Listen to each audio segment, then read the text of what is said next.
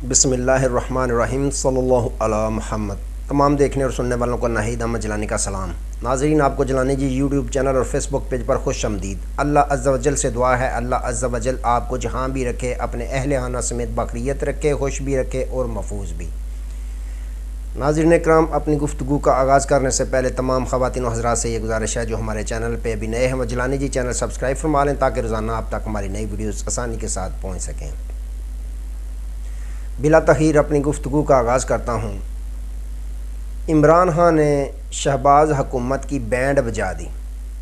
مریم نواز صاحبہ نواز شریف کو زیرو کر گئیں اور پشاور سے تحریک انصاف کا بڑا کھڑاک۔ ان تمام ایشوز پہ میں نے بات کرنی ہے۔ ناظرین اکرام، سب سے پہلے بات کرتے ہیں مریم نواز صاحبہ کے متعلق جو وزیر اعلیٰ پنجاب ہیں۔ انہوں نے، آپ کو پتہ ہے، گزشتہ روز کابینہ کا اجلاس طلب کیا اور اس کی صدارت اپنے والد گرامی میاں محمد نواز شریف صاحب سے کروائی۔ اب جس دن انہوں نے یہ صدارت کی اسی دن سے لوگوں نے باتیں کرنا شروع کر دیں کہ میاں نواز شریف صاحب نے کس حیثیت میں اس اجلاس کی صدارت کی۔ نہ تو وہ وزیر ہیں، نہ ہی وہ وزیر اعلیٰ ہیں، اور کس حیثیت سے نہ ہی وہ کابینہ کا حصہ ہیں، تو کس حیثیت میں انہوں نے کابینہ کے اجلاس کی صدارت کی۔ تمام میڈیا حضرات بھی جو تجزیہ کار ہیں وہ بھی اس پہ تبصرے کر رہے تھے، اور جتنے بھی سوشل میڈیا پہ بھی ان پہ باقاعدہ تنقید کی جا رہی تھی کہ میاں نواز شریف صاحب نے کس حیثیت سے کابینہ کے اجلاس کی صدارت کی۔ تو ناظرین اکرام، آج ایک وکیل صاحب ہیں ندیم سرور صاحب، انہوں نے ایک درخواست دائر کر دی آج ہائی کورٹ لاہور میں کہ میاں نواز شریف صاحب نہ ہی وزیر اعلیٰ ہیں، نہ ہی وہ کابینہ کا حصہ ہیں، نہ ہی وہ ایم پی اے ہیں، نہ ہی وہ وزیر ہیں، تو پھر کس حیثیت سے وہ کابینہ کے اجلاس کی صدارت کر رہے تھے۔ ان کو آئندہ کسی بھی کابینہ کے اجلاس یا وزارت اعلیٰ کے کسی بھی کام میں مداخلت سے روکا جائے۔ تو یوں ناظرین اکرام، مریم نواز صاحبہ نے اپنے والد گرامی کو صدارت کے لیے بٹھایا تو صحیح، لوگ ان پہ تنقید کرنا شروع ہو گئے، کیونکہ جس طرح کا مینڈیٹ انہوں نے چوری کر کے جس طرح وزارت اعلیٰ کی کرسی پہ یہ ابھی بیٹھی ہیں، پھر دیکھیں ایک ایس ایچ او ہے وہ اپنے آفس میں اپنے والد کو بٹھا دے کہ آپ نے میرے پولیس ملازمین کو حکم جاری کرنے ہیں، تو پھر کوئی تسلیم کرتا ہے۔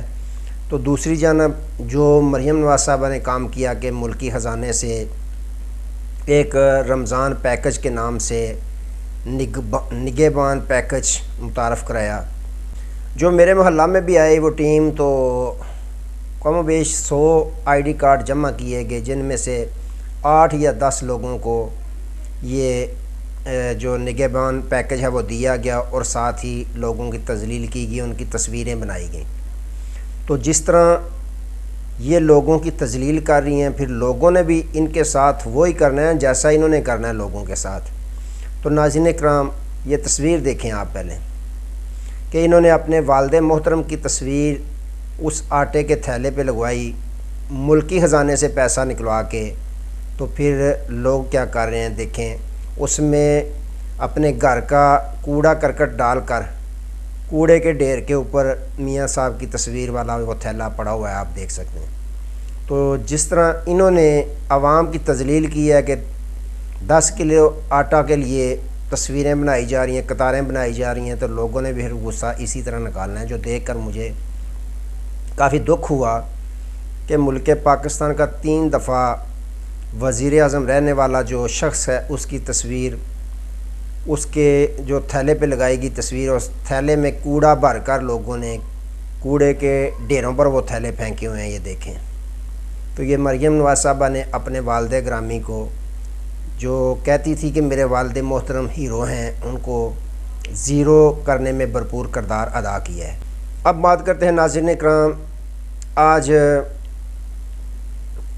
جو جسٹس مندو کھیل صاحب ہیں اور جسٹس حسن اظہر رضوی صاحب، ان کے سامنے کیس گیا 9 مئی کے حوالے سے 5 لوگوں کا کیس چل رہا تھا، جس میں جو پنجاب حکومت ہے وہ فریق بنی ہوئی تھی۔ ان کے وکیل صاحب جیرا کر دلائل دے رہے تھے۔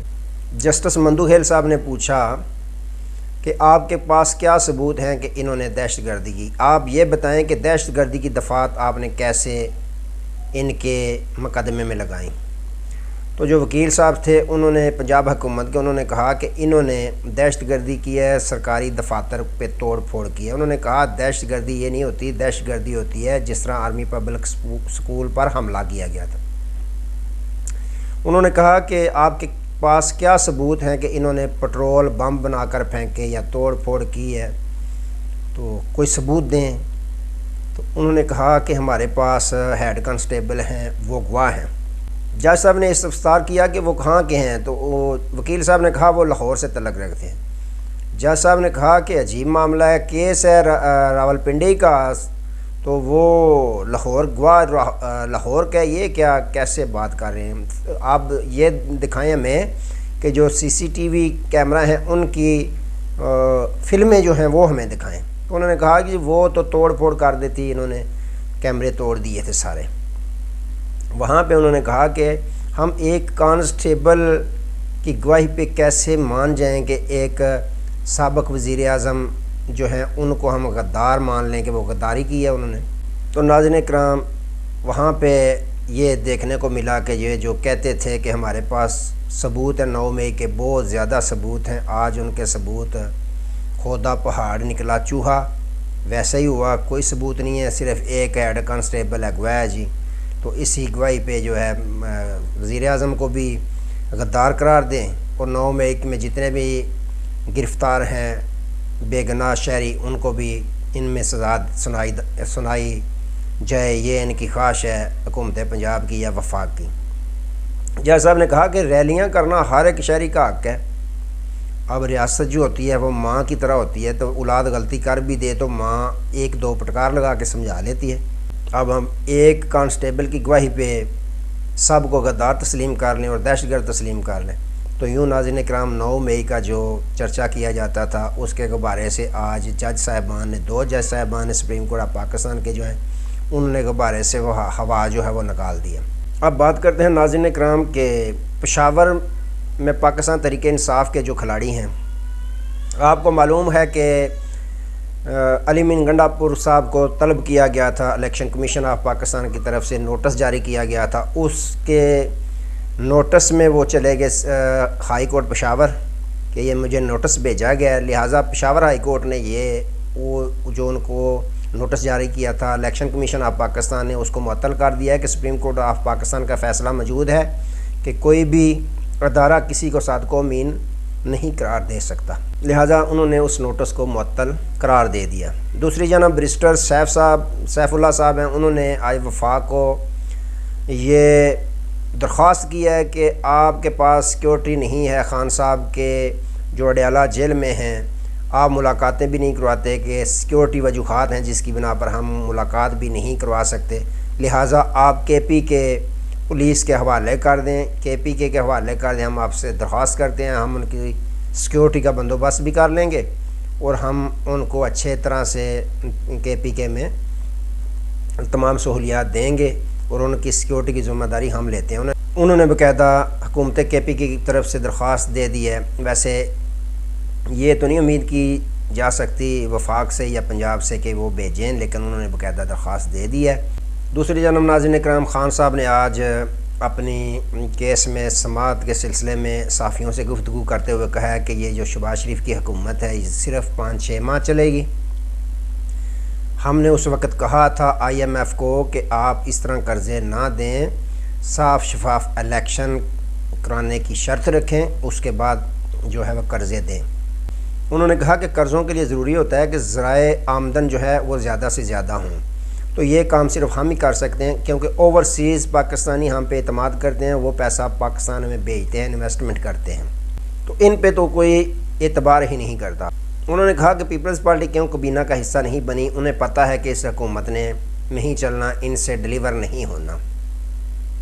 انہوں نے کہا کہ پاک افغان تعلقات جو ہیں وہ اس جو اسٹرائک کیا گیا ہے اس کی وجہ سے دشمنوں کو فائدہ ہوگا. ہم نے امریکہ اور افغانستان کا آپس میں بات چیت کروائی، ان کے آپس میں رابطہ کروایا. ہماری وجہ سے امریکہ جو ہے سلامتی کے ساتھ افغانستان سے باہر نکل کے گیا ہے. تو یہ جو حملہ ہے افغانستان پہ، یا ایران کے ساتھ ہمارے تعلقات خراب ہوں یا افغانستان کے، اس کا فائدہ دشمنوں کو ہوگا. انہوں نے کہا کہ ہمارے لیے یہ بتایا جا رہا ہے کہ یہ فوج کے خلاف ہے، سوشل میڈیا ان کی فوج کے خلاف ہے. ہم کبھی بھی فوج کے خلاف نہیں، نہ ہی ہماری سوشل میڈیا فوج کے خلاف ہے. صرف فوج کے ساتھ ہمیں کچھ جو سیاسی جماعتیں ہیں وہ لڑانا چاہتی ہیں. تو میں نے کبھی بھی یہ نہیں کہا کہ فوج کے ہم خلاف ہیں. جب میں نے فیصل نصیر کا جنرل کا نام لیا تھا، مجھ پہ حملہ ہوا، تو اس کے بعد تو کوئی توڑ پھوڑ نہیں ہوئی تھی. لہٰذا ہم فوج کے خلاف بالکل بھی نہیں. فوج ہماری ہے، میں نے ہمیشہ فوج کی سپورٹ میں بات کی ہے. تو یوں ناظرین اکرام، خان صاحب نے کھل کے بات کی کہ یہ ایک حکومت چلنے والی نہیں. انہوں نے مزید کہا کہ میں 4-5 ماہ جیل میں رہ لوں گا، مجھے کوئی پریشانی نہیں ہے، لیکن حکومت چلانا ان کے پاس کی بات نہیں. تو ناظرین اکرام، آج تک لیے اتنے، دوبارہ نئے موضوع کے ساتھ آپ کی خدمت میں حاضر ہوں گے. تب تک لیے اجازت دیجیے. اپنا بہت سارا خیال رکھیے اور اپنے اس چینل کا بھی. اللہ حافظ.